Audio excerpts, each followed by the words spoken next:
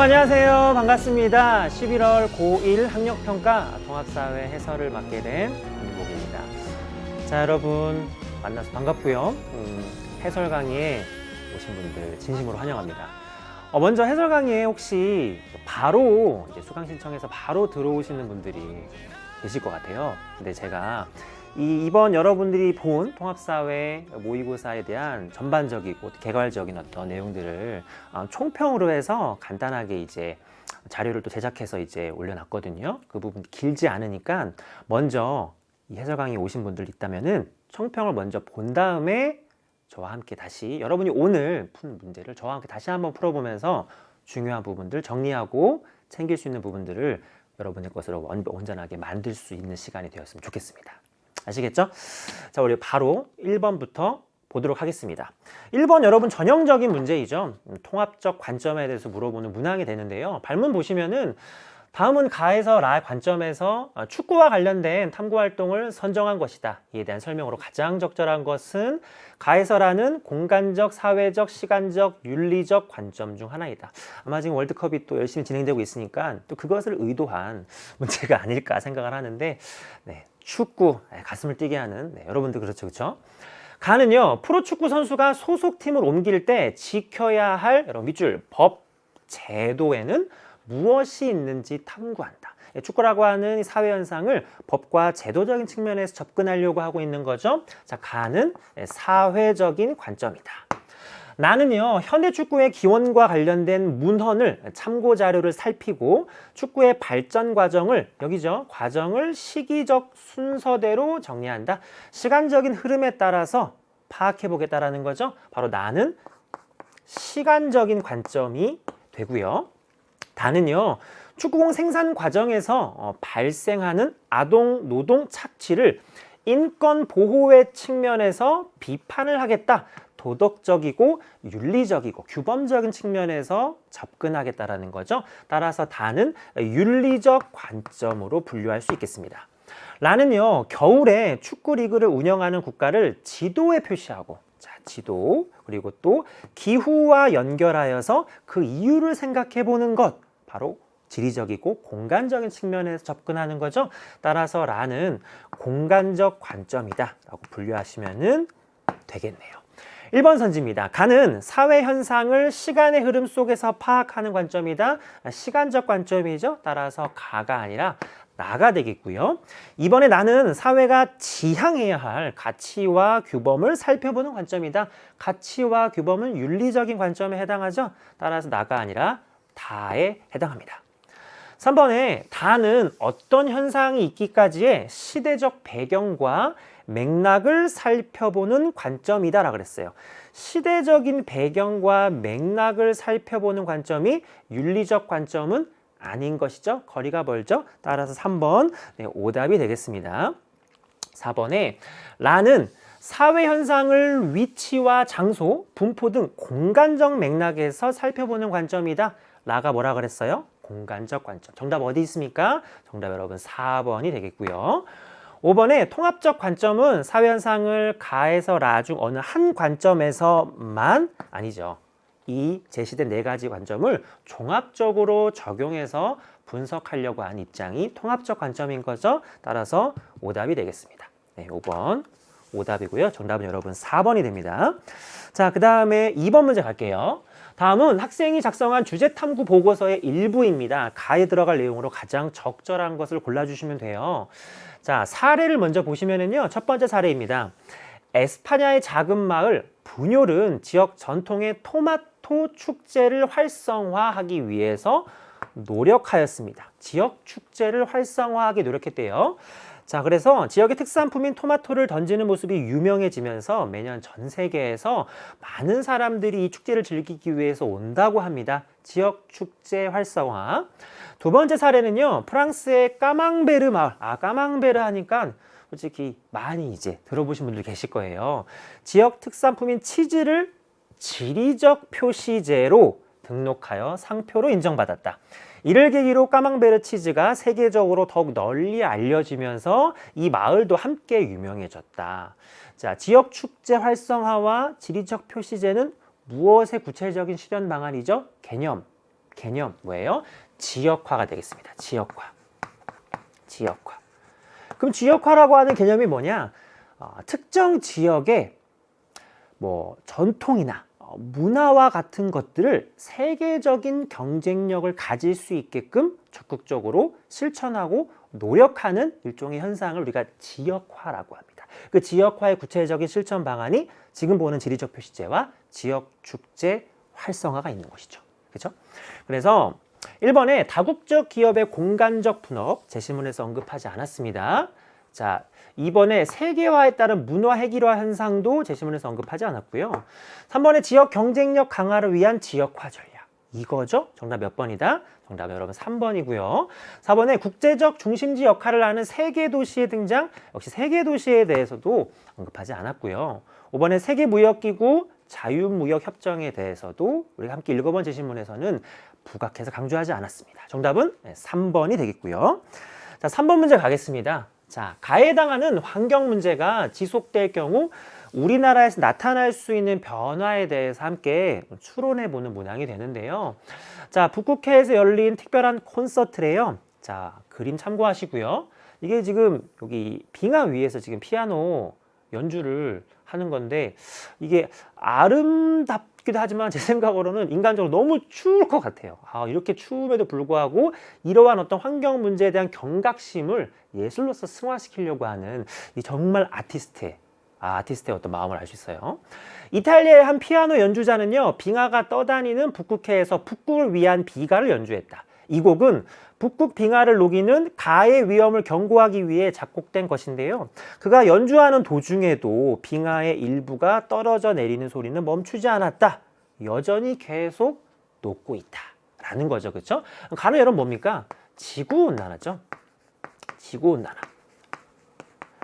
뭐 석유와 석탄과 같은 화석연료를 사용하는 게 점점 증가함에 따라서 온실가스 배출도 점점 증가. 그로 인해서 전 지구의 평균 기온이 상승하게 되면서 나타난 다양한 문제들을 우리가 지구온난화라고 보고 있잖아요.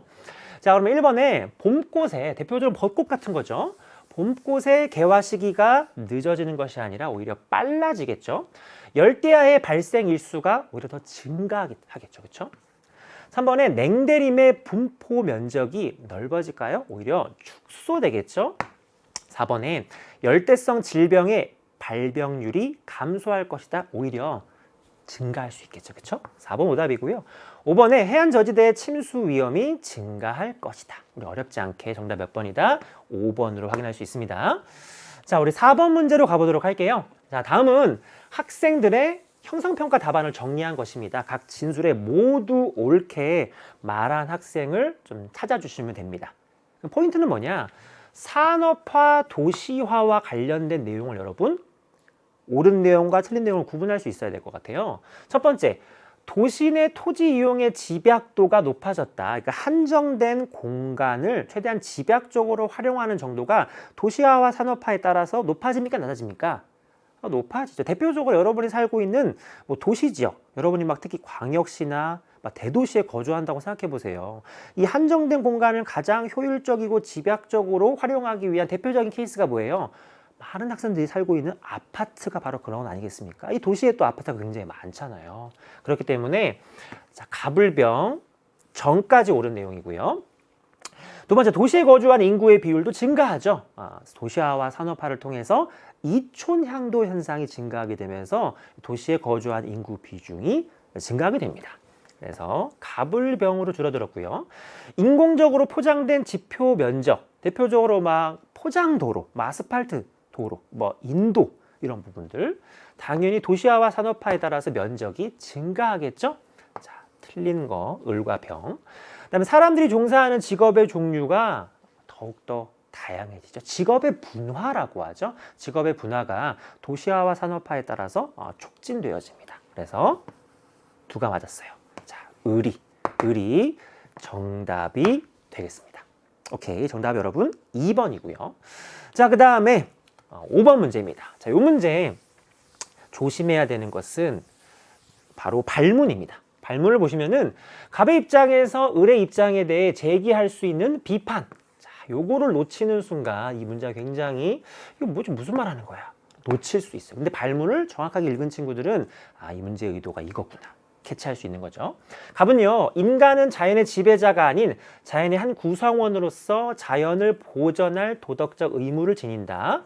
자연은 다양한 구성원이 엮인 생태계로서 그 자체만으로도 가치를 지닌다 라고 말하는 생태 중심주의 입장이 되겠네요. 생태 중심주의 입장이 되겠습니다. 그래서 자연의 본래적인 가치를 중시하는 입장이죠. 을은요, 인간은 자연의 지배자로서 자연을 정복하고 이용할 권리를 지닌다. 자연보다 인간이 우위에 있다라고 하고 인간의 이익을 위해서 자연을 활용하고 이용할 수 있다라는 입장이 됩니다.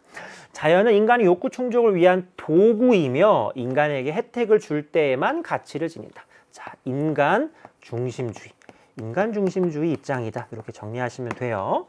이 발문의 근거에서 가보도록 합시다. 자, 인간이 자연보다 우위에 있다라는 점을 간과한다. 이 내용, 생태 중심주의가 인간 중심주의를 비판하는 내용은 적절합니까? 아니죠. 인간 중심주의가 이 내용을 간과하진 않잖아요. 이번에 인간은 자연으로부터 독립된 존재라는 점을 간과한다. 이 내용도 생태 중심주의가 인간 중심주의를 비판하는 내용으로 적절합니까? 아니죠. 인간 중심주의가 이러한 내용들을 간과하지 않습니다. 그 다음에 3번에 인간의 행복을 위해 자연을 이용할 수 있음을 인간 중심주의가 간과합니까? 간과하지 않기 때문에 이렇게 비판하기에 적합하지 않은 내용이고요. 4번에 자연은 인간의 이익과 무관하게 자연도 뭐다? 가치를 지닐 수 있다라고 하는 점을 생태 중심주의 입장에서 인간 중심주의로 비판할 수가 있겠죠. 또 이런 부분을 인간 중심주의가 간과할 수 있는 거잖아요. 그렇죠? 정답 몇 번이다? 정답은 4번입니다. 5번에 자연 전체의 균형보다 인간의 이익을 먼저 고려해야 함. 전형적인 인간 중심주의 입장인 거잖아요. 이것을 인간 중심주의가 간과하지는 않기 때문에 생태 중심주의가 인간 중심주의를 비판하는 내용으로 적절하지 않습니다. 오케이? 정답 몇 번이다? 정답은 4번이 되겠고요. 자, 6번으로 갈게요.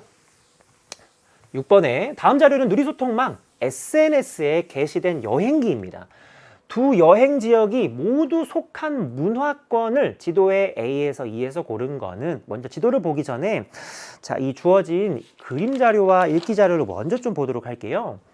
자, 첫 번째는 성모상이 원주민처럼 검은 머리에 갈색 피부를 하고 있고 전통 의상을 입고 있다. 자, 에스파냐가 이 지역을 중요한 단서네요. 에스파냐. 오늘날로 말하면 스페인이죠. 그렇죠? 식민 지배할 때 카톨릭교를 전파하는 과정에서 현지 종교와 융합이 되어서 나타난 모습이 여러분이 보시는 이 모습이라는 거죠. 그래서 내일은 에스파냐어로 인사해야지. 이런 내용이 나와 있고요. 두 번째는 요거 너무나 유명한 리우데자네이루라고 하는 브라질의 너무 유명한 도시에 있는 이 거대한 예수상이죠. 그렇죠? 진짜 한번 꼭 기회가 되면 너무 가보고 싶어요. 정말 이거를 보면은 정말 없었던 신앙심이 막 생길 것 같을 정도로 너무 대단할 것 같은 거예요. 어떻게 이걸 만들었을까요? 그렇죠? 그래서 카톨릭 신자의 비율이 높은 이 도시의 산봉우리에 거대한 예수상이 서 있었다. 곧 카니발, 리우 카니발 배경지식 알면은 도움이 되긴 합니다. 열리니까 삼바춤, 삼바춤. 네, 구경해 봐야지. 자, 유럽과 아프리카의 문화가 섞여 있어서, 유럽의 문화와 아프리카의 문화가 섞여 있어서 만들어진 독특한 문화를 경험할 수 있는 것이다. 그래서 결국에 이러한 내용과 이러한 내용이 모두 종합적으로 발견되어지는 문화권. 어디입니까? 바로 라틴 아메리카 문화권입니다. 지도에서 찾아봐야 되겠죠? 우리 지도에서 라틴 아메리카 문화권이 어디 있습니까? 바로 이거죠. 여기죠. 그렇죠? 여기가 바로 라틴 아메리카 문화권이어서 정답 몇 번이다? 정답은 5번이고요. 여기는 이제 미국과 캐나다 중심으로 하는 이제 앵글로 아메리카 문화권이고요. 여기는 또 오세아니아 문화권. 그리고 여기는 동부아시아 문화권이죠. 동부아시아. 그 다음에 이쪽은 남부아시아 문화권, 여기는 동남아시아 문화권. 이렇게 확인할 수가 있겠고요. 여기 B 같은 경우는 건조 문화권 여러분 챙겨주시면 되겠고요. 또 여기 A는요, 대표적으로 유럽 문화권이 되겠죠. A는 유럽 문화권, 건조 문화권, 남부아시아, 동남아시아, 동부아시아.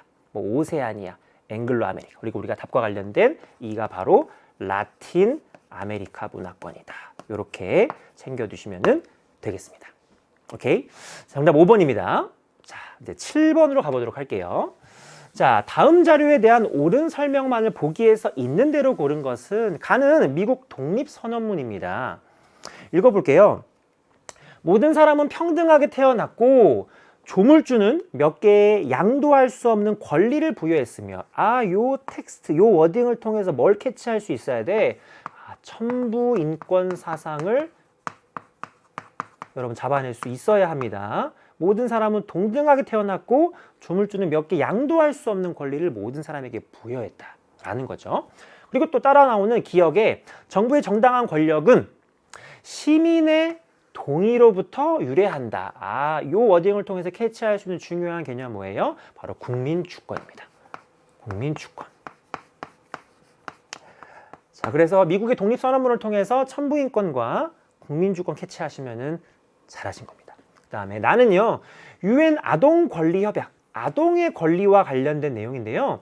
당사국은 아동이 건강의 회복을 위한 시설을 이용할 권리를 인정한다. 아동도 권리가 인정되는 권리의 주체이다 라고 하는 부분을 캐치할 수 있어야 돼요. 그리고 권리의 완전한 실현을 점진적으로 달성하기 위해 국제협력, 혼자서는 안 된다. 연대해서 함께 협력해서 이 권리의 보장과 실현을 위해 노력해야 된다. 이 맥락인 거죠. 국제협력이라고 하는 걸 통해서 연대적인, 연대권적인 개념을 확인할 수 있어야 됩니다. 1번에 기억이죠. 기억에 나는 아동이 인권의 주체임을 전제하고 있다. 그러니까 이런 표현 쓰는 거예요. 권리를 인정한다. 옳은 내용입니다. 이내 가와 달리 나는 천부인권 사상을 제시하고 있다. 가에서 천부인권 저와 함께 찾았잖아요. 그러면 가와 달리라고 하면 안 되겠네요. 그렇죠? 자, 니은 오답이고요. 자, 그 다음에 디귿에 기억을 통해 가가 국민주권의 원리를 제시하고 있음을 알 수 있다. 국민주권의 원리를 우리가 함께 제시문에서 찾았죠. 디귿 옳은 선지야. 리은의 니은을 통해 나가 아동권리 보장을 위한 국제적인 연대. 다 제시문에 있는 내용을 그대로 가지고 선지를 만드는 겁니다. 제시문만 잘 읽어도 금방 어렵지 않게 문제 풀 수 있어요. 따라 정답은요, 기억과 디귿과 리을 연결시킨 4번이 정답이 되겠습니다. 자, 그 다음에 8번 갈게요. 자, 그림의 강연자가 지지할 입장으로 가장 적절한 것은, 자, 갈퉁이죠, 갈퉁. 평화와 관련된 부분 이야기하면 아마 갈퉁에 대해서 학교 수업 시간에 공부하셨을 겁니다. 자, 읽어볼게요. 전쟁 범죄와 같은 직접적 폭력만이 사라진 상태인 소극적 평화는 언제든지 깨어질 수 있으므로 진정한 평화라고 할 수 없습니다. 여기서 챙겨줘야 될 건 뭐냐면 소극적 평화라고 하는 건 뭐다? 직접적 폭력만이 사라진 것. 그것을 소극적 평화라고 한다. 개념 잡아야 돼. 그 다음에 우리는 진정한 평화를 위해, 그럼 진정한 평화라고 하는 게 소극적 평화가 아니라는 말인 거잖아. 직접적 폭력뿐만 아니라 사회제도에서 나타나는 억압과 착취와 같은 구조적 폭력, 동그라미 치세요. 그리고 이러한 폭력 등을 정당화하는 문화적 폭력, 동그라미 치세요. 구조적 폭력과 문화적 폭력까지 모두 다 사라진 그것이 뭐라고? 바로 적극적 평화라는 거예요. 이해되십니까? 즉 소극적 평화라고 하는 것은 직접적 폭력만이 사라진 상태를 말하고, 하지만 적극적 평화라고 하는 것은 직접적 폭력도 없을 뿐더러 플러스 알파로 구조적 폭력과 문화적 폭력까지 사라진 상태를 뭐라고 한다? 적극적 평화라고 합니다. 심플한 것 같지만은 개념 구분의 구조화가 잘 안 되어 있으면은 굉장히 어렵게 느껴지시는 파트예요. 1번 선지. 소극적 평화만으로 진정한 평화가 실현된다? 아니죠. 적극적 평화여야 되겠죠. 그렇죠? 이번에 소극적 평화는 구조적 폭력이 제거된 상태다. 이거는 개념과 지시문을 꼼꼼하게 안 읽었을 때 헷갈릴 수 있는 포인트야. 왜 틀렸어? 구조적 폭력이 아니라 무슨 폭력이라고 해야 돼? 직접적 폭력이라고 해야 되는 거지. 그 다음에 3번에 적극적 평화는 직접적 폭력의 제거만으로 달성된다? 아니죠. 구조적 폭력과 문화적 폭력까지 다 사라져야 돼요. 4번에 진정한 평화는 문화적 폭력이 존재하더라도 가능하다? 아니, 이것도 사라져야 된다고 했었잖아요. 그렇죠. 5번에 진정한 평화는 적극적 평화를 달성함으로써 이루어진다. 정답 몇 번이다?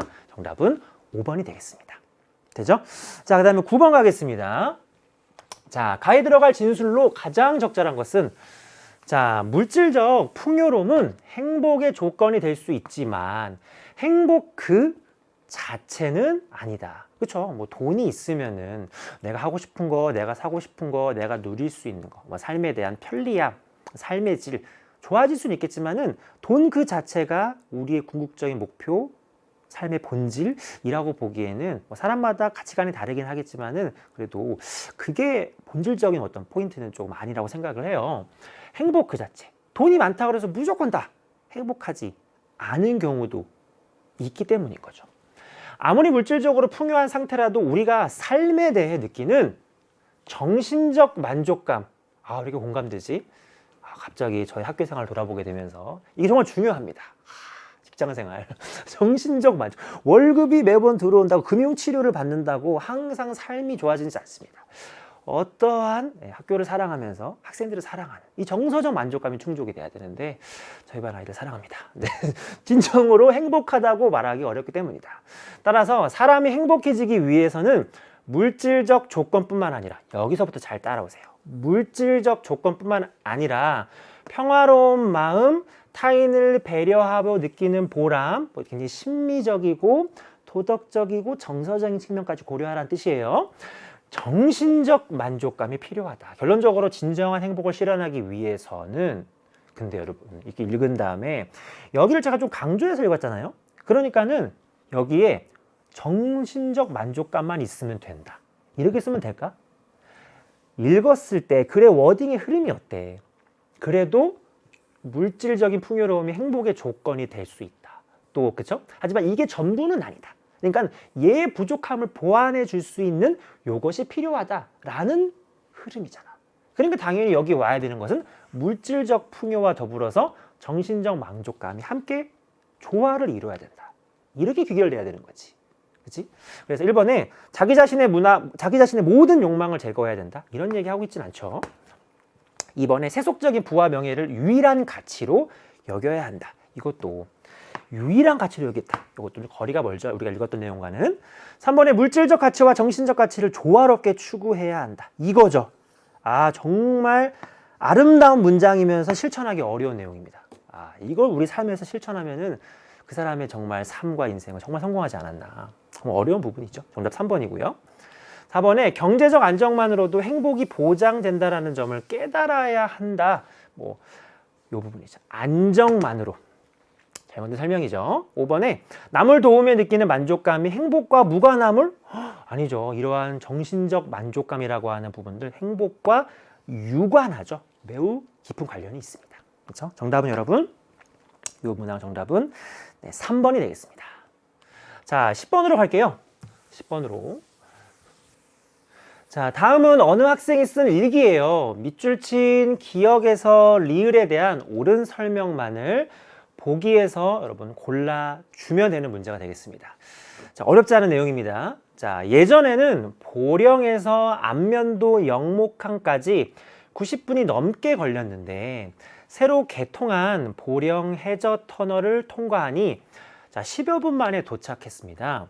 자, 영목항의 한 식당 사장님은 해저 터널 개통 이후 사람들이 정말 많이 늘어났어요. 그래서 지역 상인들 입장에서는 관광객이 정말 많이 오니까 얼마나 좋겠어요.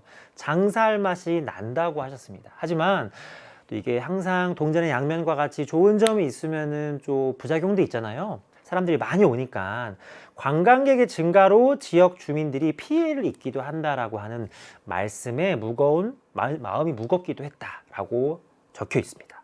그리고 여행 중 먹지 못해 아쉬웠던 요리인 개국지, 아 정말 맛있어요. 개국지를 집으로 돌아오는 길에 인터넷을 통해 주문을 했다. 저도 실제로 너무 신기해가지고 한번 가봤습니다. 가봤는데 정말 신기해요. 정말 굉장히 긴 거리인데 해저 터널을 통해서 10여 분 만에 가고, 제가 갔었을 때도 그 개통하는 것 좀 보려고 관광객들이 저뿐만 아니라 진짜 많이 와가지고 저도 그 입구를 들어가는데 굉장히 오래 대기했었던 기억이 납니다. 하지만 정말 꼭 한번 여러분들에게 가보라고 추천드리고 싶고, 가서 꼭 근처에서 뭘 먹으라고 개국지를 꼭 드세요.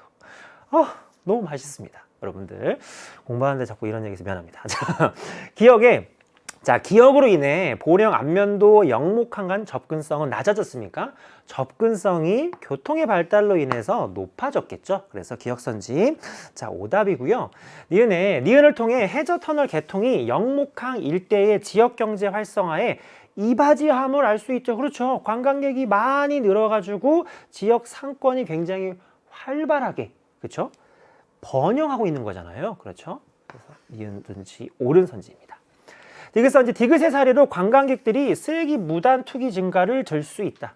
부정적인 측면으로서 지역 주민들이 피해를 입었다라고 하는 분들, 관광객이 많이 옴으로 인해서 이와 같은 문제점 충분히 예상할 수 있겠죠? 그래서 이 내용도 옳은 내용이고요. 리을선지, 리을의 등장으로 인터넷이라고 하는 매체를 통해서 소비자의 상품 구입에 대한 시공간적 제약은 강화되었습니까? 어때요? 강화되었어요? 아니죠. 축소되었죠. 여러분, 인터넷으로 굉장히 물건들 많이 구입하시잖아요. 저도 마찬가지고. 저도 오늘 그렇게 바빴지만 오기 전에 뭐 하나 샀어요. 여러분, 겨울이잖아요. 곧 크리스마스잖아요. 여러분들도 뭐 많이 사시지 않습니까? 얼마나 편리한지 모르겠어요. 그만큼 인터넷이라고 하는 이 매개체가 우리의 시공간적 제약을 오히려 강화하는 것이 아니라 약화시켜주는, 완화시켜주는 매개체다라고 정리하시면 되겠습니다. 정답은요, 니은과 디귿 3번이 되고요. 자, 11번 가겠습니다. 11번 문제는 개념을 정확하게 알아야지 풀 수 있는 문제죠. 자, 다 지역에 대한 설명으로 옳은 것은 다큐멘터리 제작 계획서라고 나와 있고요. 제작 의도는 다양한 기후에서 전통을 지키며 살아가는 사람들의 모습을 통해 인간과 자연이 어떻게 관계를 맺고 있는지 보여주고자 한대요. 먼저 가를 볼까요? 가는요, 저희 그림을 봤어요.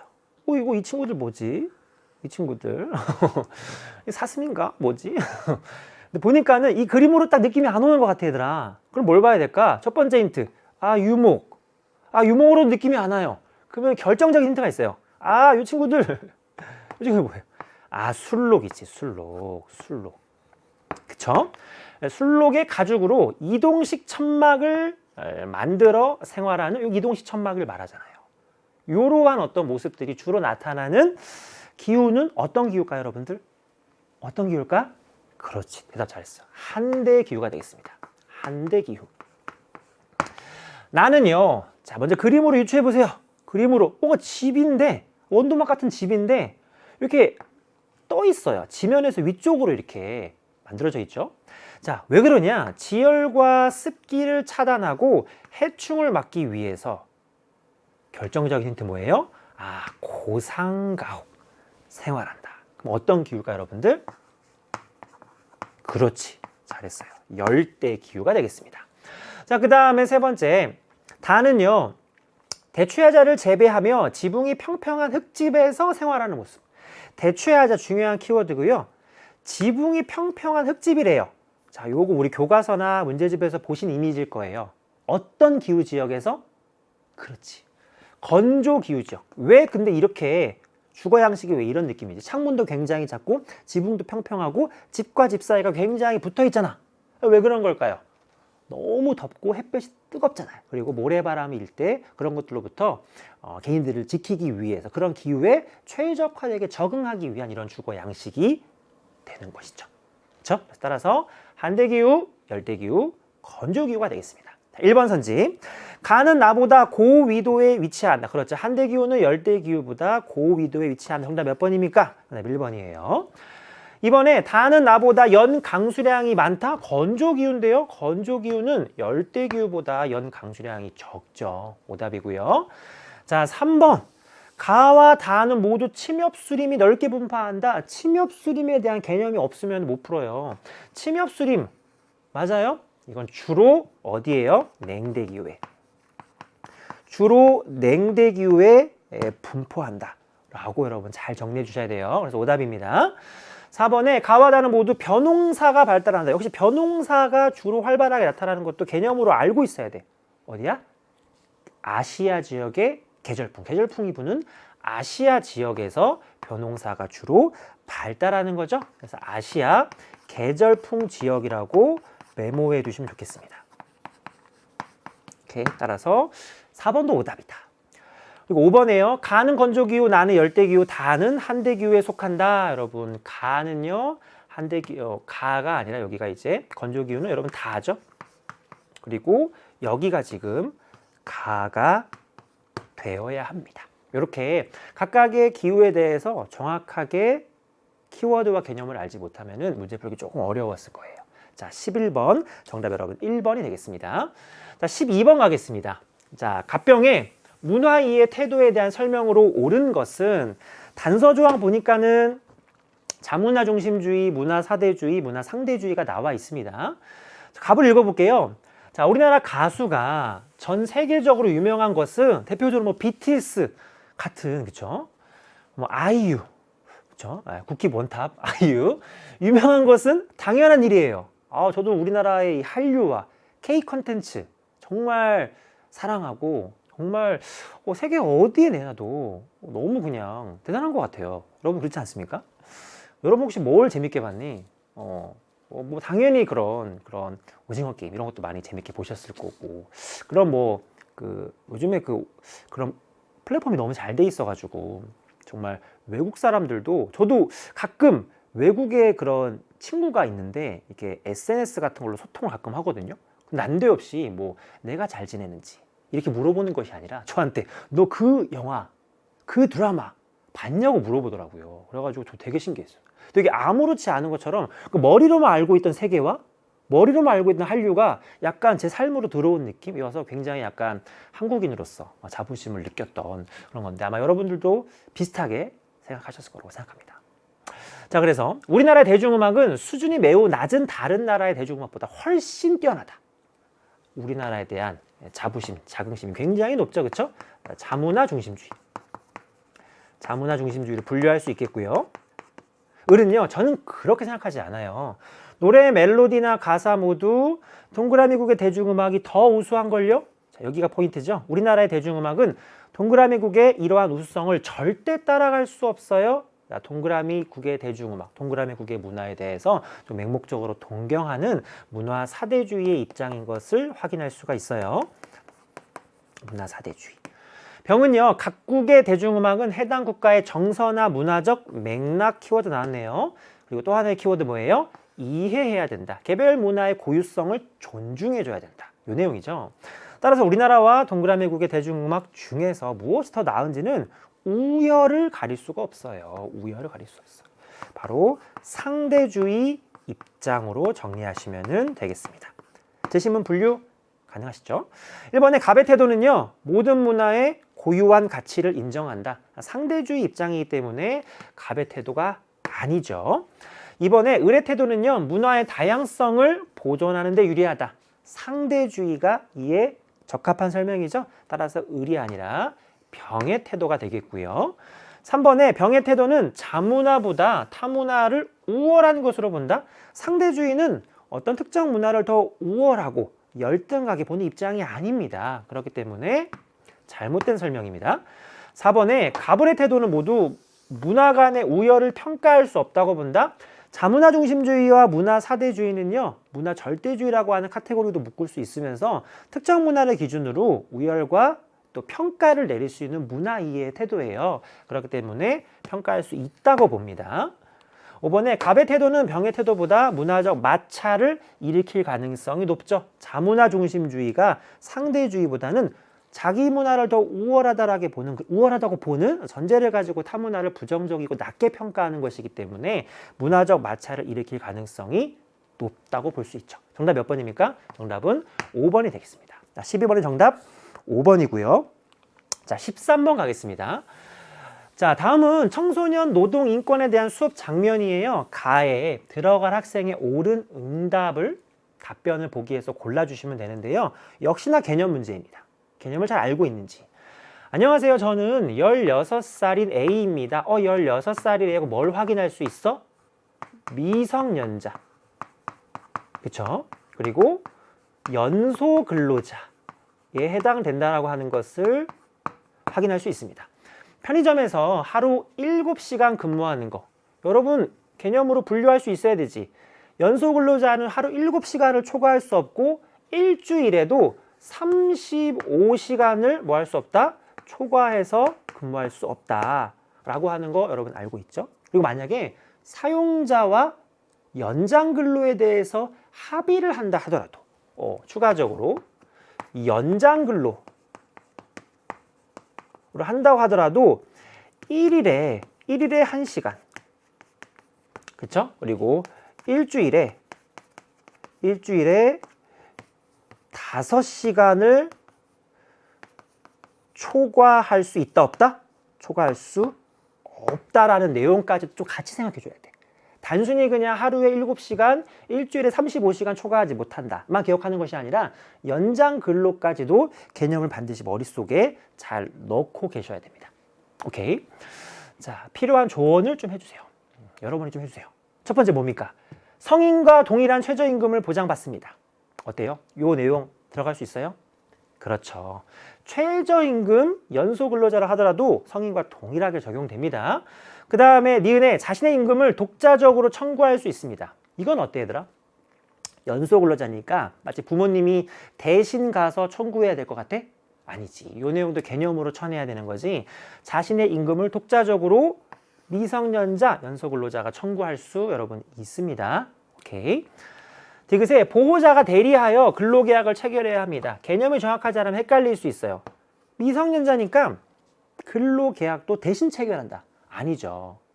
계약은 근로하는 미성년자 본인이 직접 체결합니다. 다만 미성년자이기 때문에 이 보호자의 동의가 전제된 상황에서 동의를 받은 상태에서 본인이 직접 하는 거죠. 그러니까 보호자, 즉 보호자는 동의의 영역에 한정되는 거지 보호자가 동의 플러스 계약까지 직접 하는 것은 아니라는 거예요. 아셨죠? 그래서 이 내용 오답이 되겠고요. 리을에 근무 시간 도중에 휴게 시간을 요구할 수 없습니다. 자, 이 내용도 잘 보셔야 되는 거죠. 자, 휴게 시간이라고 하는 거 정리해 보면은 자, 4시간에 30분 이상 줘야 되고요. 그 다음에 8시간에 1시간 이상 휴게 시간을 줘야 합니다. 근데 언제 둬야 되냐? 근무 시간 끝나고? 아니요. 근무 시간 도중에 4시간이면 30분 이상, 그 다음에 8시간이면 1시간 이상의 휴게 시간을 근무 시간 도중에 줘야 한다는 거예요. 그러니까 요구할 수 없는 게 아니라 요구할 수 있다라는 거죠. 아시겠죠? 이런 부분들이 정확하게 여러분 숙지가 안 돼 있으면은 어려웠었을 겁니다. 아셨죠? 그래서 여기 미성년자와 관련됐을 때 하루의 근무 시간 숙지하는 거, 그 다음에 일주일 근무 시간, 그리고 또 더 나아가 사용자와 연장 근로했었을 때 1일 1시간, 일주일에 5시간 초과하지 못한다는 내용 반드시 알고 있어야 되고요. 더 나아가서 계약, 본인이 직접 체결하는 거고 또 임금도 본인이 독자적으로 청구할 수 있다는 개념, 또 성인과 동일하게 최저임금 적용된다는 점, 더 나아가서 휴게 시간을 구체적으로 4시간일 때 30분 이상, 8시간일 때 1시간 이상을 언제 줘야 된다? 언제? 근무 시간 도중에 줘야 한다라고 하는 개념을 반드시 다시 한번 잘 정리해 주시면 좋겠습니다. 아시겠죠? 자, 13번 그래서 정답 여러분 1번이 되겠습니다. 자, 14번으로 이어서 갈게요. 14번에 밑줄 친 기역에서 리을에 대한 옳은 설명만을 보기에서 있는 대로 고른 것은, 자, 우리나라는요 1970년대 정부 주도의 성장 거점 개발, 자, 성장 거점 개발이라고 하는 것은 성장의 잠재력이 있는 지역에 집중적으로 또 효율성을 가지고 투자해서 성장을 이끌어내는 개발 전략이라고 볼 수 있죠. 자, 이로 인해 수도권은 인구와 자본의 유입으로 크게 성장했지만 상대적으로 비수도권은 상대적으로 성장이 정체되거나 낙후되었다. 우리나라는 이러한 수도권과 비수도권과의 격차를 해결하기 위한 다양한 지역 격차 완화 정책을 추진하고 있다. 자, 기억선지. 기억은 투자의 효율성보다 지역 간 형평성을 강조한다. 성장 거점 개발은요, 투자의 효율성을 보다 강조한다 라고 볼 수 있기 때문에 자, 1번 선지 오답이고요. 니은의 기억선지 오답이고요. 자, 니은은 국토의 공간적 불평등이 심화하였음을 의미한다. 그렇죠. 읽으면 아시죠. 그렇죠. 수도권은 인구와 자본의 유입으로 크게 성장한 반면 비수도권은 성장이 정체되거나 낙후되었다라고 하는 워딩을 통해서 공간적 불평등이 심화되었다라고 하는 거 확인할 수가 있는 것이죠.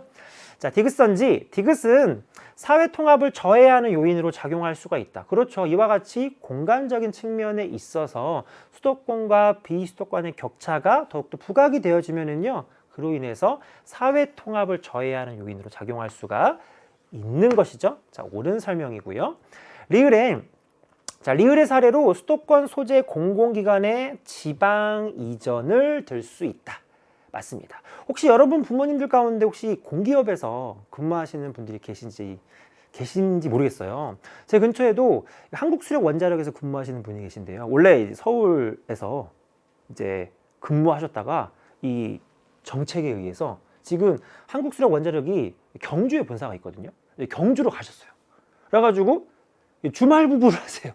평일날 경주에서 계시고 주말마다 올라오셔가지고 이렇게 자녀들을 케어하시는 이런 모습을 보면서 이게 좀 좋은 측면도 있지만은 가족이라고 하는 입장을 또 이제 바라봤을 때 와, 이렇게 어떻게 보면 직장으로 인해서 부모와 자녀가 좀 떨어지게 됐잖아요. 그런 부분 보면서 좀 마음도 좀 짠하기도 하고 그랬는데 혹시 여러분들의 부모님들도 이와 같은 어떤 수도권 소재 공공기관의 지방 이전 같은 걸 통해서 좀 원치 않게 부모님과 이렇게 떨어져 있는 친구들이 있지 않을까. 근데 여러분들 표정을 보니까 굉장히 좀 좋아하는 것 같아요.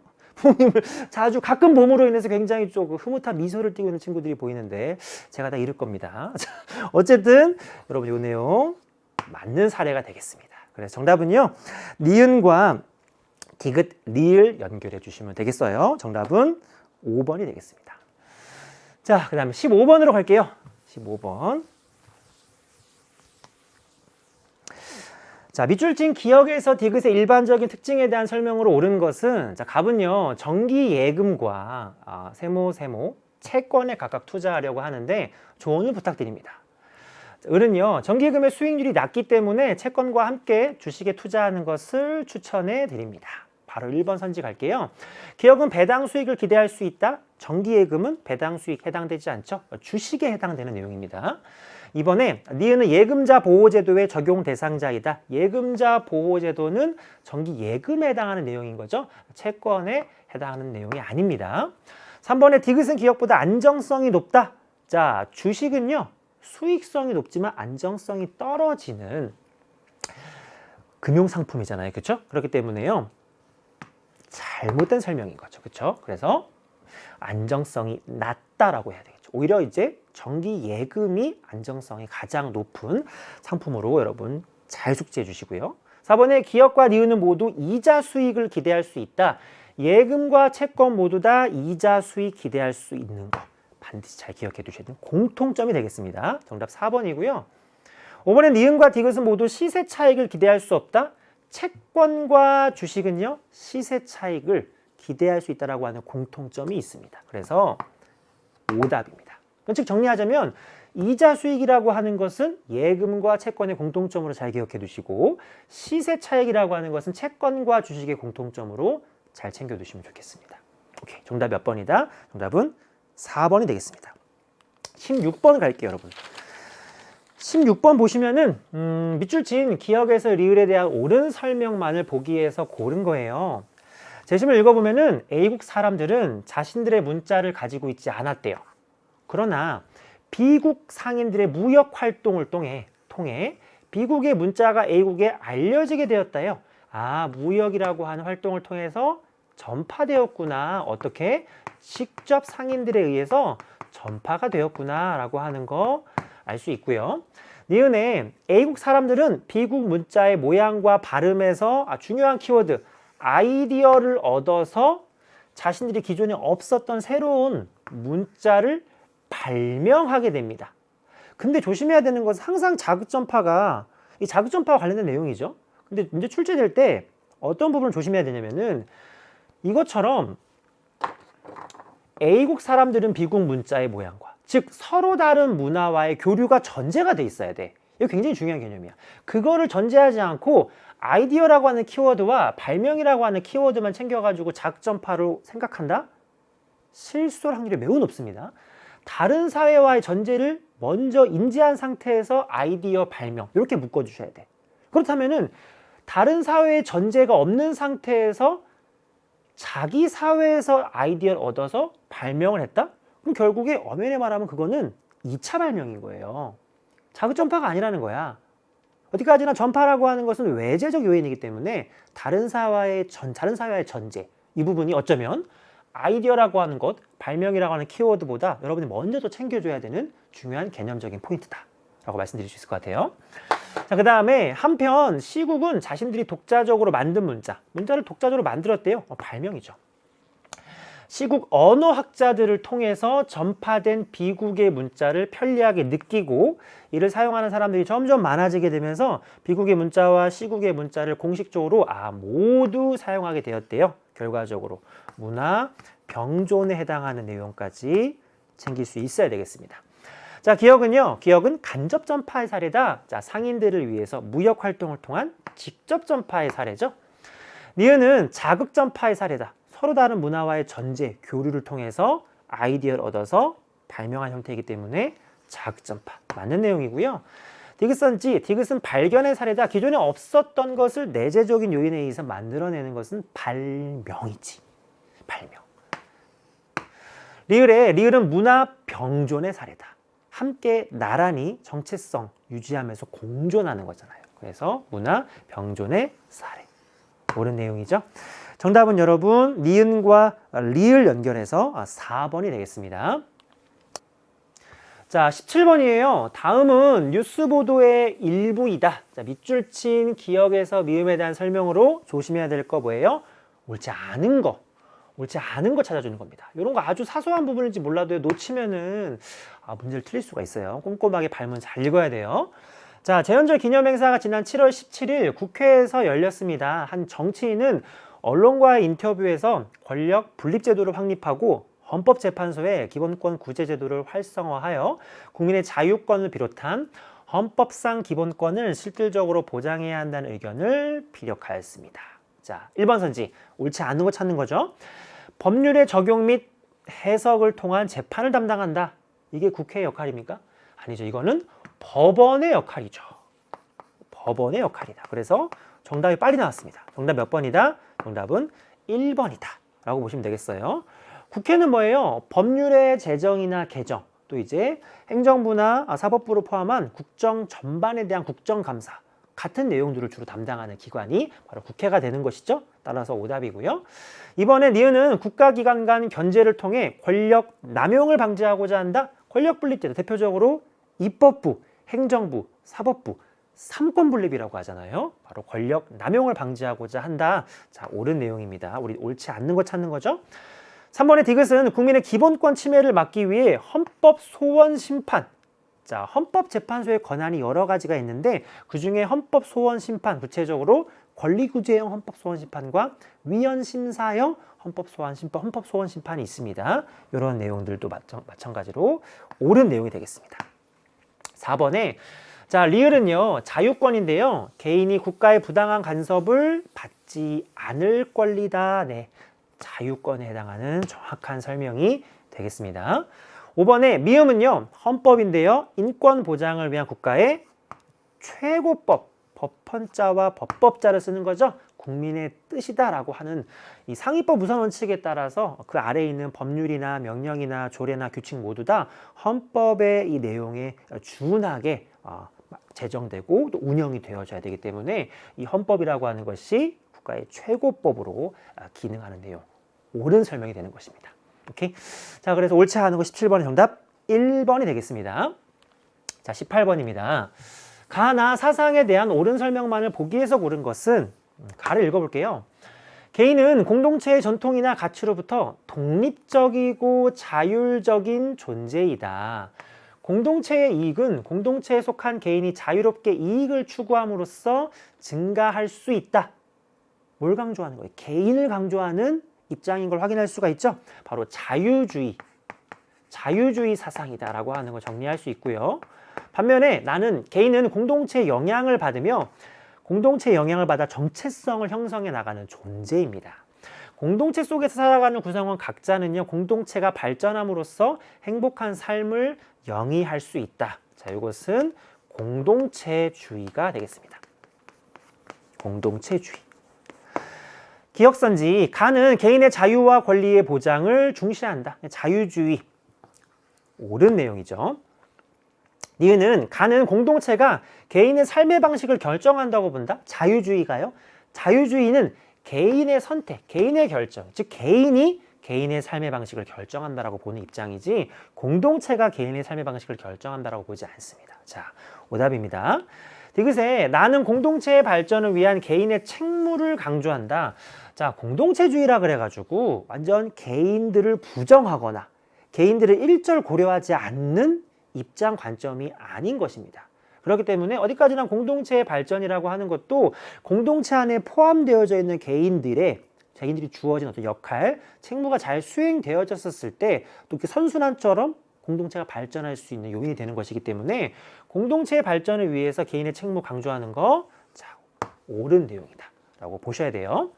자, 같은 맥락으로 리을도요. 가와 나는 모두 개인의 이익과 공동체의 이익이 항상 배타적이다. 항상 배타적인 거 아니라는 거죠. 자유주의라 그래서 항상 개인 따로, 개인을 너무 지나치게 중시해서 집단과 사회를 아예 부정하고 무시하고 항상 그렇지 않다라는 거죠. 그렇죠? 잘못된 설명이에요. 공동체주의도 아까 말씀드린 것처럼 집단과 사회만을 강조해서 개인을 부정하고 이런 거 아니라는 겁니다. 그렇죠? 따라서 그런 맥락에서 디귿과 리을 비슷한 맥락으로서 디귿은 옳은 내용이고 리을은 틀린 내용이 되겠습니다. 오케이? 자, 그래서 18번의 정답은요. 기억과 디귿이 되겠습니다. 2번입니다. 자, 이제 19번 가겠습니다. 자, 합리적 선택에 관련된 문제인데요.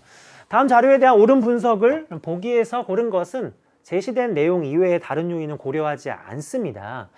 자, 갑은 환경을 보호하기 위한 실천 방법으로 전기 자전거를 구매하여. 아, 자전거 보면은 또 갑자기 마음이 아프네요. 참, 여러분, 신기하지 않아? 카페를 가잖아요. 어딜 가든 그 사과 핸드폰, 뭐 사과 태블릿 이런 걸 책상에 잠깐 놓고 화장실을 가든 잠깐 자리를 비워도 그건 그대로 있어요. 1시간을 비워도 그대로 있습니다.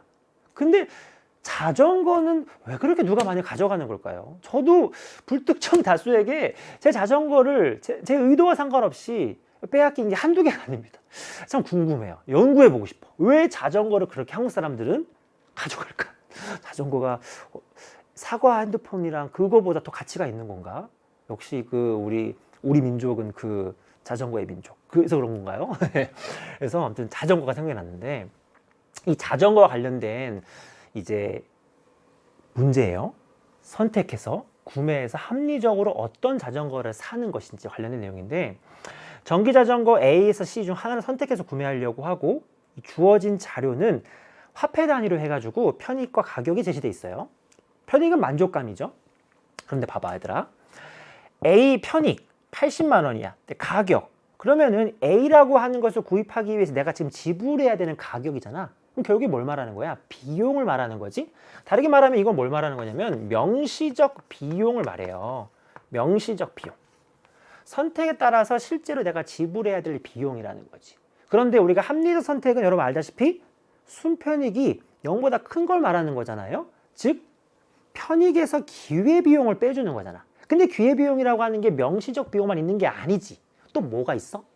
그렇지, 암묵적 비용이 있지. 근데 아까 암묵적 비용이라고 하는 것은 내가 가령 A를 선택한다 그랬을 때 선택하지 않은 나머지 것들의 가치가 가장 큰 거, 나머지 것들 중에 가치가 가장 큰 거를 암묵적 비용이라고 하잖아.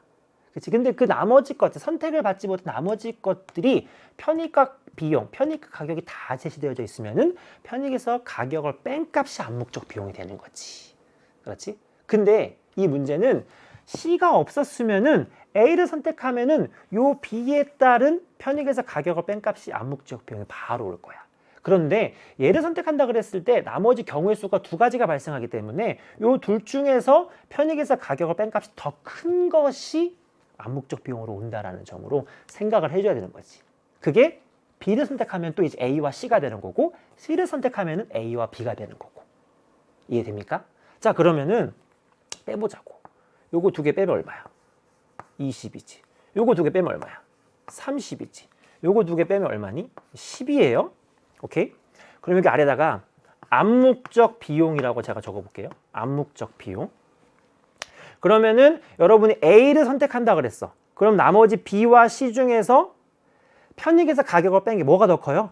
B, 30이 더 크잖아요. 그렇죠? 그럼 A 선택에 따른 암묵적 비용은 얼마다? 30이다. 이렇게 와야 된다는 거야. 그 다음에 B를 선택했어요. 그럼 B를 제외하고 A와 C 중에 편익에서 가격을 뺀 거. 여기는 20이고 여기는 10이잖아요. 그러면 B의 암묵적 비용은 얼마가 와야 되는 거예요? 20이 와야 되는 거고. 그렇죠? 그 다음에 C를 선택했어요. 그러면 A와 B 중에서 편익에서 가격을 뺀 거 여기는 20이고 여기는 30이니까 C 선택에 따른 암묵적 비용은 얼마입니까? 30이 되는 거죠. 그렇죠, 여러분들? 그럼 이걸 통해서 요 두 개를 더한 게 기회비용이 되는 거잖아요. 그래서 그 아래 기회비용을 적어보면은 자, 기회비용을 적어보면은 60 더하기 30이니까 90이죠. 그리고 70 더하기 20이니까 얼마입니까? 똑같이 90이죠. 그 다음에 110에서 30이니까 얼마입니까? 140인 것을 확인할 수 있어요. 그렇지? 그 다음에 순편익을 구해봐야지. 순편익. 순편익이라고 하는 것은 편익에서 뭘 빼는 거야? 기회비용을 빼는 거잖아. 그러니까 편익이 80이고 기회비용이 90이니까 순편익은 A가 얼마다? 마이너스 10이다. B는 얼마다? 100에서 90 빼니까 얼마다? 플러스 10이다. 그 다음에 C는 얼마다? 120에서 140 빼니까 마이너스 20이다. 이렇게 하는 겁니다. 그쵸? 자, 기억선지. B를 선택하는 것이 합리적이다. 음의 값, 양의 값. 당연히 합리적.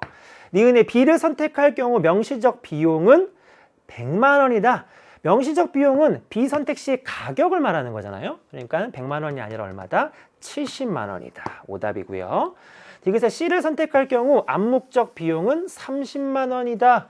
라고 우리 30만 원 구해놨죠. 그쵸? 디귿 정답이고요. 그 다음에 A를 선택할 경우에 기회비용 얼마입니까? 90이고요. C를 선택할 경우에 기회비용 얼마입니까? 140이었죠? 그러니까는 크다가 아니라 보다 작다. 이렇게 보면 됩니다. 오케이? 그래서 정답은요. 기억과 디귿 연결시킨 2번이 정답이다. 되죠, 여러분들? 좋습니다. 자, 그 다음에 마지막 20번 문제예요. 자, 다음 자료에 대한 옳은 분석만을 보기 위해서 고른 것은 갑과 을은 함께 제과점을 열어 마카롱과 샌드위치만 만들어 팔기로 하고 각자 두 상품을 만들고 있다. 그러면 갑과 을이 각각 1시간 동안 1시간이라고 하는 주어진 시간 동안 최대한 만들 수 있는 마카롱 수 또는 샌드위치 수를 나타냅니다. 보시면은 갑은 마카롱은요 1시간 동안 최대 5개, 샌드위치는요 4개, 을은요 마카롱 3개, 샌드위치 3개인 것을 눈으로 확인할 수 있어요. 도식적으로 한번 좀 적어 볼게요. 마카롱, 그 다음에 샌드위치, 그 다음에 갑국, 을국으로 어쨌든 비교위에 대해서 물어보기 때문에 기회비용에 해당하는 부분을 좀 한번 더 구해줘야 될 것 같아요. 자, 그러면은 갑국에서 마카롱을 하나 만든다 그랬을 때 1시간 동안 그러니까 주어진 시간 동안에 마카롱을 만든다 그랬을 때 마카롱을 만들므로 인해서 포기하는 건 뭐예요? 당연히 샌드위치를 포기하겠지. 그렇지. 샌드위치를 포기하겠지. 그렇지? 그럼 샌드위치를 얼마만큼 포기하냐라는 거예요. 마카롱을 5개 만들므로 인해서 샌드위치 몇 개 포기하는 거야? 4개를 포기하는 거지. 5개를 만들므로 인해서 가는 부분이 분모가 되는 거고 포기하는 값이 분자가 되는 거야. 그래서 5분의 4개만큼 포기하는 거야. 그리고 그 반대 샌드위치는요. 요거의 역수라고 생각해 주면 되는데 설명을 드리자면은 다시 거꾸로 말해서 샌드위치를 갑국에서 생산한다. 근데 포기하는 게 뭐냐?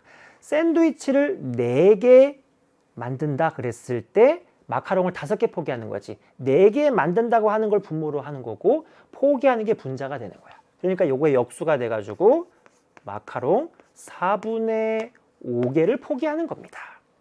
됩니까? 마찬가지로 을국 같은 경우는요. 쉽네요. 3개, 3개니까는 마카롱 3개 만든다 그랬을 때 샌드위치를 3개 포기하는 거잖아요. 그럼 3분의 3이지? 얼마인 거야? 1인 거니. 샌드위치 1개 포기하는 거고요. 샌드위치 1개 만든다 그랬을 때 마카롱도 마찬가지로 샌드위치 3개 만든다 그랬을 때 마카롱 3개 포기하는 거잖아요. 3분의 3이니까 이렇게 1이 되겠네요. 그럼 여기서 뭘 찾아야 돼요? 기회비용이 작은 값 쪽에 특화하는 거잖아요. 그렇죠? 비교의가. 그러면 마카롱이라 그랬을 때 5분의 4와 1이잖아. 어디가 작니 얘들아? 여기가 작잖아. 그렇지? 그럼 갑국이보다 갑국이 마카롱에 특화하는 것이다. 그리고요, 샌드위치는요, 4분의 5와 1이니까 어디가 더 작습니까? 이쪽이 기회비용이 더 작잖아요. 그러니까는 을국이보다 샌드위치에 특화하는 것이다. 오케이? 되죠? 자, 기억선지. 갑은요, 마카롱을 만드는데 절대 우위를 가진다. 주어진 시간 안에 더 많이 만들어내면 절대 우위가 있는 거예요. 그러면은 갑과 같은 경우는 마카롱 5개고 을은 3개니까 당연히 절대 우위는 어디에 있어요? 갑국에게 있겠죠. 어렵지 않으시죠? 니은의 을은 샌드위치를 만드는데 비교 우위를 가진다. 그랬어요. 을은요, 샌드위치에 비교 우위가 있다라고 우리가 찾았었죠? 니은도 옳은 설명이에요. 그 다음에 디귿에 갑이 샌드위치 1개를 만드는데 기회비용은 마카롱 5개다? 마카롱 5개가 아니라 갑국이 샌드위치 하나 생산하는데 포기하는 게 마카롱 4분의 5잖아요. 마카롱 4분의 5개. 그래서 이 5개가 틀린 겁니다. 오케이. 마카롱 4분의 5개고요. 마지막 리을선지. 우리 1시간 동안 마카롱 3개와 샌드위치 3개를 동시에 만들 수 있다. 여러분, 이렇게 봐봐. 요거 샌드위치, 이게 마카롱이야. 생산 가능 곡선이 직선이라 그랬을 때 샌드위치 3개, 이거 3개잖아. 3개. 오케이? 그러면은 마카롱을 3개 만든다고 하면은 샌드위치는 1개도 못 만들게 되는 거예요. 역으로 샌드위치를 3개 만든다고 하면은 마카롱을 1개도 못 만들게 되는 거지. 왜? 각자의 기회비용이 1이니까. 얘를 3개 만들려면은 3개 포기해야 되고, 얘를 3개 만들려고 하면 얘를 3개 포기해야 되는 거야. 그렇기 때문에 얘와 얘를 동시에 3개 만드는 거는 지금 주어진 조건에서는 불가능하다라는 거예요. 이해되십니까? 실제로 찍어보세요. 동시에 만드는 3,3 여기잖아요. 그럼 생산 가능 곡선은 직선이라 그랬을 때 생산 가능 곡선 바깥에 위치하는 거잖아요. 그 말은 비효율적이면서 현재 주어진 조건으로는 생산이 불가능한 지점이에요. 그렇기 때문에 3,3 즉 마카롱 3개와 샌드위치 3개를 동시에 생산할 수가 없는 것입니다. 이해되십니까? 따라서 동시에 만들 수 있다 없다?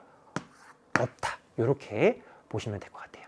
오케이? 따라 정답은요. 기역과 니은을 연결한 1번이 되겠습니다. 자, 여러분 이렇게 해서 20문항을 다 함께 풀어봤습니다. 여러분 어떠셨어요? 혼자 여러분 학교에서 풀었을 때 느낌과 저와 다시 한번 복귀하면서 풀었을 때 그 느낌이 좀 다르셨을지 모르겠습니다. 만점을 보는 눈은 타고나지 않습니다.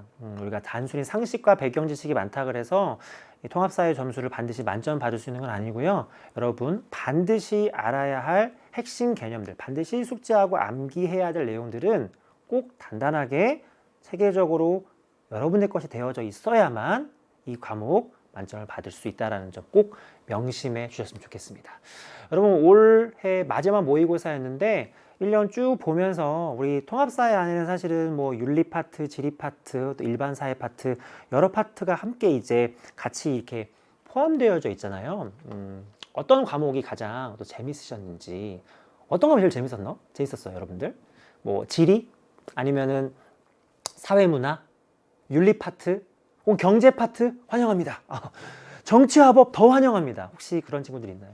아마 쭉 공부해 오시면서 본인에게 조금 더 맞는 파트가 있었을 거고, 공부하다가 이 파트 좀 더 재밌다, 조금 더 심층적으로 더 깊이 한번 공부해 보고 싶다라고 하는 것을 느낀 친구들이 분명히 있어서 아마 2학년 올라가면서부터 선택 과목을 고르잖아요. 그럼 그때 내가 어떤 선택 과목을 고르겠다 라고 아마 결정을 이미 마음에 내리신 분도 계실 거고, 이번 시험을 통해서 다시 한번 그 결정을 확인할 수도 있었을 거라는 생각이 듭니다.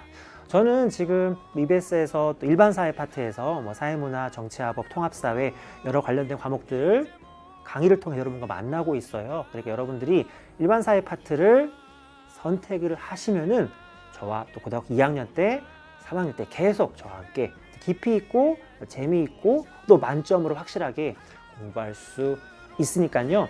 여러분들의 선택을 기다리도록 하겠습니다. 아시겠죠? 여러분 저는요. 또 다른 강의를 통해서 여러분들의 수험생활, 여러분들의 고등학교 생활에 정말 유익하게 도움될 수 있는 또 다른 강의로 잘 준비해서 돌아오도록 하겠습니다. 여러분들도 남아있는 기말고사와 겨울방학 누구보다 정성껏 귀하게 보내시기를 진심으로 응원하도록 하겠습니다. 아시겠죠? 여러분 고생하셨습니다. 다음 시간에 만나요. 안녕!